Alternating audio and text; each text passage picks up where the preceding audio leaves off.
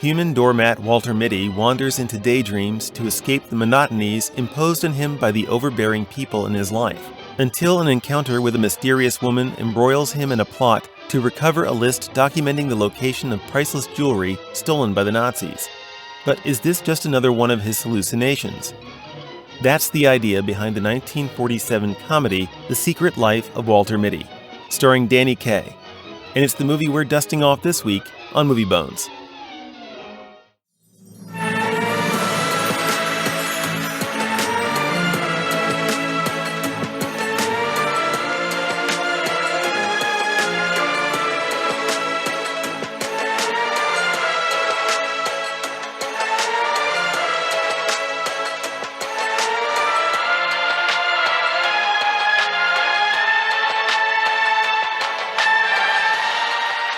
Bring me home some soap chips. I like the Seadrift brand. They don't make you sneeze. Now, don't forget the name. Seadrift. Seadrift. Seadrift. Seadrift. Somewhere off the South China coast in the worst typhoon in 40 years, the little schooner India Queen plowed through an ocean gone mad. Straining pumps went to pocket, to pocket, to pocket, to pocket. Up on deck, Captain Walter Mitty stood at the helm, fighting courageously to keep his tortured vessel from being smashed to bits. To pocket, to pocket, to pocket, to pocket, to pocket, to... You know, if there's ever a time and place for a Gary Stu character, I think it's in a Walter Mitty adaptation, isn't it? Yeah. Yeah. I mean, you think about it, it's like, you know, we've talked about Gary Stu and Mary Sue's before, and that kind of otherwise boring character that newbie writers often give to their readers. It's just basically like, you know, can do no wrong, will do no wrong, you know, nothing, you never feel like they're in threat of any kind. In one of his dreams, he's always in charge of things. I read a short story back in middle school, I think it was. But it's a really clever idea in that you put this Gary Stu, Mary Sue, it's basically Gary Stu's character in this, with his personal fantasies that he has within the context of being a real life doormat character. And that kind of changes the relationship you see to him because it gives you that empathy. And it takes the fantasy elements, makes those fantasy elements that would be annoying and makes them endearing. Because you know he's not coming up with these ideas to inflate his own ego, you know, it's just to compensate for not having any self-respect. Yeah, it really is every single time someone starts kind of, I wouldn't say shaming him, but someone starts doing something that's very negative or he has negative reaction towards, he starts having those fantasies, even down to the smallest thing. So like, for instance, the closer to the end of the movie, all it takes is like just one bad look from a character and all of a sudden he's back into that mindset of who he is, which now we'll talk about this maybe when we get closer to the end here, but which propels him to continue that character a little bit later on that helps him out. And that's one of those things, like, I think I know what you're talking about, because it's like, there's that one character you see her in the daydreams, and then you suddenly see her in real life. And what they do is, because one of the ways that it takes the story and makes it work, it kind of makes you doubt, even as you kind of suspect what's happening to him in real life, all of a sudden, these strange but extraordinary things happening to him in real life, you still wonder, is this just an extension of one of his dreams? When I was watching this movie the other night, I kept thinking to myself, you know it's not, I'm not really calling it this like full on because like it's different in different aspects. But if you wanted to retitle this movie, Gaslight the Movie, you wouldn't be far off at least. Because the movie is presenting it to you as something that is like, you know, it's like trying to fool you kind of a thing. Yeah, it is trying to fool you. And it's trying to fool him the whole entire time. You know, that much is true. And there were times I was watching the movie going, I wonder if this is going to wind up all being a dream, because it could be. Yeah, it could be. I mean, that's the thing. There's conceivable moments throughout the whole entire film where you could look at and go, maybe he is just making it up. Yeah. And there's good reasons why he could be making it up. Because sometimes what we want is we want fantasy to seep into our real lives. Yeah. And the way it sets it up is with our heroine character, really. What's her name? I don't remember. It's okay. Yeah, it's okay. But it's, you know, with our female antagonist or protagonist and everything, because, you know, it does this thing to show that, you know, he's kind of maybe making things up. It's like, oh, the characters are off screen. They're off screen somewhere else. Yeah. And it's like when he tries to show them, it's like, oh, they're not there. Yes. Naturally, that's how that goes. Yeah, that's a trope in many a movie. And and I don't even think it's specific to a specific genre. It's just a general movie trope that whenever you need someone to look like, they're going to have to second guess their sanity, they always pull that stunt, right? But they do it they do something else later in the film. Everyone's hunting for the black book that has the location of the jewels, the I guess it was the Dutch emeralds or something like that. And you get into that plot, and there are certain quote unquote bad guys that are revealed to the audience that Walter is interacting with. And later on, they actually recontextualize without any hint of what they're doing. They recontextualize those same villain characters doing something much more kind of like a Wizard of Oz thing, No Place Like Home. Yes. And that really did mess with me. Yeah, I feel the same way because, when it does that, because it immediately does it, it doesn't really set you up for it. That's where I was really going, maybe he is making it up. Yeah, and that actually that keeps it interesting too, It does have some things I didn't quite like about it, but one of the bigger strengths of it, besides Danny Kaye's character, let me just say it right now, Danny Kaye is he is the main reason I think that this film works at all. It's not that the other performances are bad, but his performance had to be key. And they did write this around him, I learned. It was kind of rewritten around him. But his way of portraying this kind of very gentle, but also he wants to have this self-respect. He doesn't overplay it in any particular way, except when he's dreaming, which is when you would want it. And the way he even goes overboard a bit is in a way that actually makes it entertaining and not annoying. And it's a hard trick to do. So I got to agree with you, hardcore agree with you here. Every time I've thought about this movie, I come down to this doesn't work if he's not the main character. Yeah, it just doesn't work. I couldn't. He's eccentric enough. There's just so much. And I don't know all the ways I can explain it, but yeah, I was sitting there multiple times going, it does not work. I don't think this movie is good or what it wants to be without this portrayal by this person right here. And I tried to think of other actors. I thought, well, maybe. And I was like, nope. And I don't even know much about Danny Kaye, but it was just perfect. It was a perfect role for him. I've seen a few other Danny Kaye things specifically, and I told you this last week. It was like The Court Jester, which I know you haven't seen yet, and I would love to be able to introduce it to you because it takes everything you see in this film, his gentleness, his meekness, and even the bravado that he can come out with in his dreams, and it puts him to a very different use, but you'll see it there too. And in some ways, it's even more the physical comedy aspect too. In both those movies, when Danny Kaye is in the office and he's stumbling around, right? It's like he's knocking over this and that. He goes through it twice. And another film that would be death. It's like, oh, they're doing that again. But when he does it again, it's like, no, actually he does slightly different things and he keeps it fresh. And I don't know how, that's very top of mind present stuff for a comic to do.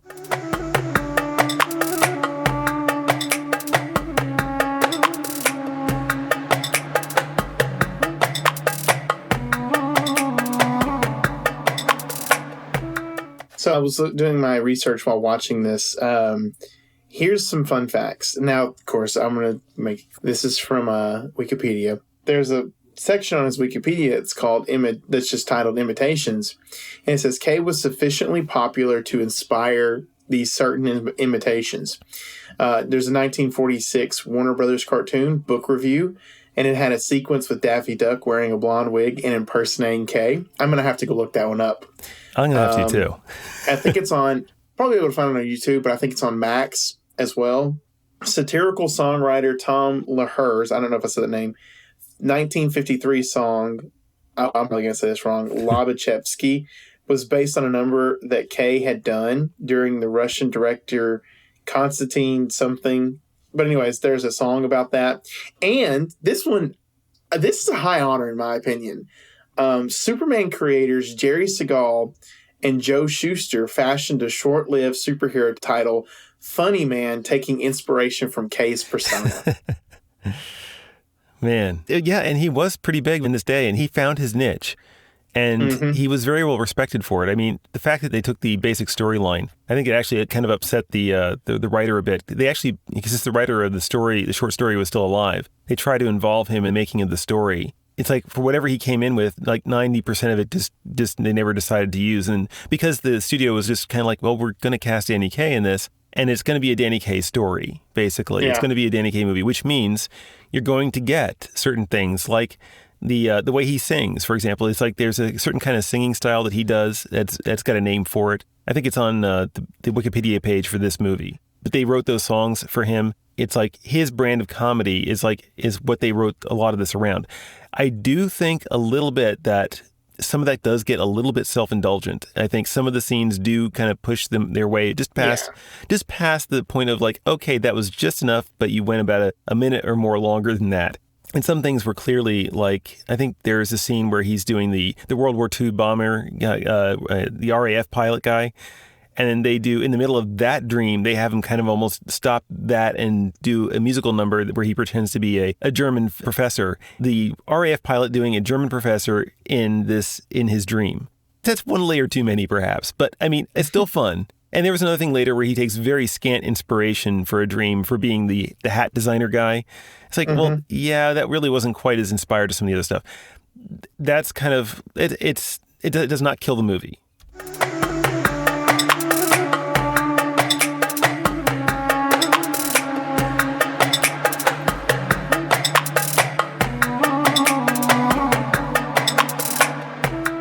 I know of a way to kill a man and leave no trace. Did you know that an icicle inserted into the brain will melt slowly and leave no trace? Perhaps you would be interested in a different method. The sensory nerve at the base of the skull is peculiarly vulnerable to an assassin. One merely presses with the thumbs thus. The resultant brain hemorrhage produces instantaneous death without a clue. You know, I could listen to Boris Karloff read entries out of the phone book and be happy. But fortunately, he didn't. Yeah, go ahead. I didn't even know he was going to be in the movie. Like, I don't know why. I didn't know he was going to be in the movie. And then I was like, hey, it's Boris Karloff. And I was like, I wonder if he's actually going to be a bad guy for once. and he was. But it's like, I actually happened to catch his name in the credits. It's one of the byline credits. It wasn't like top tier credits. And that brought to mind something else. Remember when we were watching like Lured? And they had his image on the cover, and they had his name was like he had top billing in that movie, but he was kind of just like he was in one scene, and that was it. And they got it right here. I mean, he's billed where his the amount of time he takes up on screen. It's like they billed him correctly. He's in the second tier of actors listed, but it's like, but yet he still has more to do than he had in Lured. So, but he's such a great pleasure to watch him, and whenever he's on the screen, I always look forward to him coming back on. And the way he interacts with Danny Kaye is some of my favorite interactions on the screen, actually. Yeah, especially when they first meet, because it's like, hey, I'm going to push you out of a window now. Or just because this guy's already freaking out, and then he comes in and starts talking about all these different kind of murders, and you need someone like Danny Kaye who has the expression, the capacity to react the way that he does. He just hits the right notes with the reaction. So, but yeah, Boris Karloff did a good job there. He was probably my second favorite portrayal in the film, just because you can't go wrong with these guys. Both these guys, I think, are pretty much, if they're on screen, you're at least going to be entertained to some degree. You're absolutely correct. He chews up every scene that he's in and everything that he's in. Because like when we watched Lured, I wanted more of him. We wanted more of him. And even in a terrible movie like, The Terror, he was still Boris Karloff. He's one of the best things about The Terror. It's like it's a general rule. If Karloff's in a movie, at least his part of it will be interesting to watch. Or at least if you just watch him and listen to his voice, he'll be interesting. Yeah. Even if you're having to watch him have this weird mind battle with another wizard. That he's like, yeah, because it's goofy as all get out, but it's still Boris Karloff. So he's like, man, I got to give it to him. It's just not, what are you going to do? Any negatives you got to say? Any negatives about the film? Okay, so I wasn't the biggest fan of the plot itself. And it has nothing to do with like having seen the other version of this with, oh my gosh, Ben Stiller. I saw that there was a film version of that with him. But. Yeah, and it's a bit more grounded in its own way. But, I would say like if I had an issue with it, because it kind of goes back and forth at times from comedy to super serious subject, it's just jarring. And I'm just not like the biggest fan of that. Now, to say that can't work would be wrong. It was a bit jarring for me. And also, like, there was a couple times where I felt like I know they used his imagination as an issue in this movie. Like, it's kind of like a plot point that pushes the story a little bit along. Mm-hmm. But there's times where I felt like we got away from his imagination. And I'm like, you know what? If this movie was just about him trying to get through life and having this ridiculous imagination and how he could, like, either learn to, you know, make that into something to make his life better, I thought that would have worked more than the crime plot. Now, again, that would have taken away from people like Boris Karloff, who was amazing. But I don't know. It just, like, there were some plot things that just were a bit jarring for me. And I would have maybe changed them if possible, but that doesn't mean the movie's bad. No. It's just those were my issues with the movie. Plot issues for me, I think, if I was to pick any kind of a plot issue, I think that it would tend to be in the... things didn't seem to flow naturally. I think that the way that they chopped up the competing threads with his family, with his mother, his fiance, and this other guy who's I'm not even sure what his relationship to he's going to be his best man, which was creepy too, because his best man would be kind of hitting on his fiance. But besides all that, they bounce back and forth between the two plot strands, and it doesn't quite always. Sometimes it feels a bit jarring when you go back and forth a bit. It doesn't destroy the movie, but I did notice a little bit of. It just felt not like seamless enough going back and forth. That's a small quibble. For me, the biggest thing was like the movie did kind of stretch on a little too long at times. That was my big thing. Although I will say there are certain things that do have good payoff.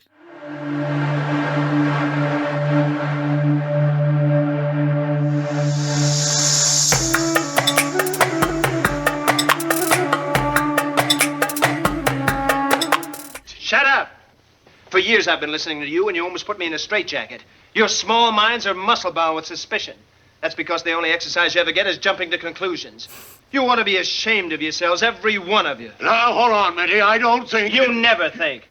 Yeah, when he finally made his turn, they actually made that very satisfying for me. Like, I've seen internet conversations before. It's like jumping to conclusions and muscle-bound with suspicion. Yeah, like, that's a great way to put it. I just want to copy-paste that and, and go back and paste it into all those comment sections retroactively. I super agree with that. And then I think my only issue with that scene right there was I kind of wanted them, and I don't think the story needed it necessarily anyways. So, like, I agree with the decision, but like, I kind of was like, I want to see them, he goes off on them, and he needed to go off on them because these are people that belittled him throughout the whole entire movie. They're the reasons why he kept having these delusions of grandeur. But I wanted them to actually see all the things that he was talking about, like to actually see them for once, and for them to, go, oh, we were wrong. Yeah. And everything. Yeah. Like, I wanted to see that. I know why they didn't do that, because it was just more about him confronting them. Because, like, we moved from that scene to the next scene, where he's, being rewarded by that person he told to shut up, being rewarded for his good ideas. And he did have good ideas. But being rewarded for his good ideas, and you see that he's with, he's changed. He's got, the lady that he was daydreaming about is now his person. Now his wife. And I know some movies will do this, but it is. Like, you just told your boss off because you grew a spine. Now he promoted you. It's like, I don't know which circumstances how many circumstances that it actually comes out that way. But this generally is, don't talk back to your boss, basically, like that. But even after that, it just kind of just ends a little bit too abruptly for me. I kind of expected him to do the thing where it's like in a movie where he has fantasies or something like that, and like Walter Mitty does, and they'll have one final fantasy for him to go through. And maybe have a different reaction to it, maybe. But I was expecting one more, and they didn't do it. I mean, it didn't mean it was bad. It just felt a little abrupt at the end, because it just kind of, the last thing you see in the movie isn't even referencing at all the kind of central theme of it anymore. That said, it's still a very good movie for me. So where are you going to come down to this, man? Where do you think they're going to land on this one? You know what? I'm giving this one a trust me. Okay. He's just so good in it, Danny Kaye is, that it's worth it. Okay. Yeah, you know what? I have been torn on this one. I was writing my part of the episode out today and getting to the review part, and I was leaning towards, put it in a museum. Anna was behind my back and she was reading it. It's like, she was talking to me about the way she felt about it. And it's like, as we're talking about it together, it pushed it up a little higher. So I am like right on the line between it belongs in a museum and trust me.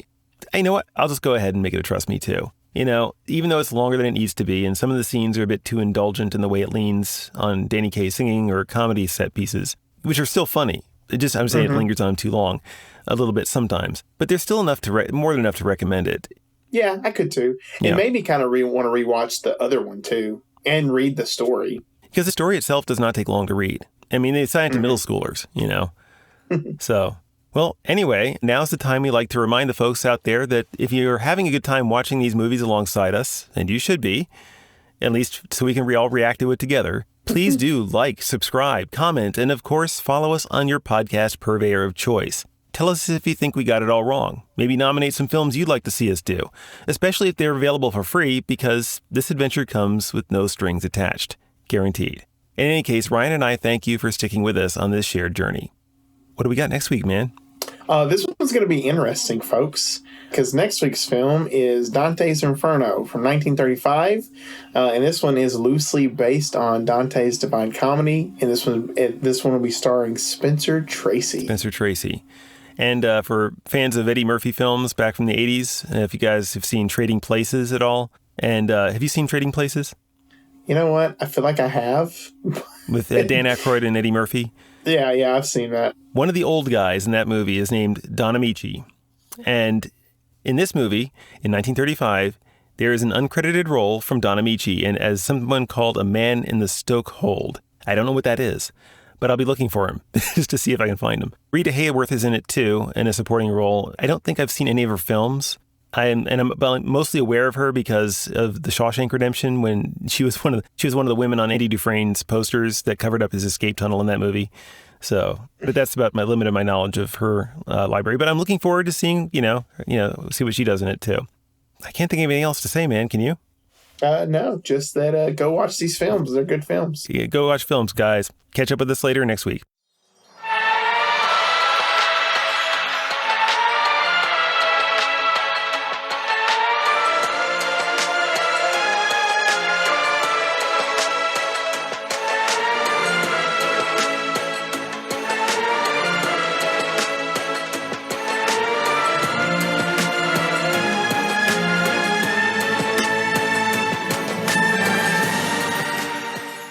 Himmels Willen, it's Walter Mitty.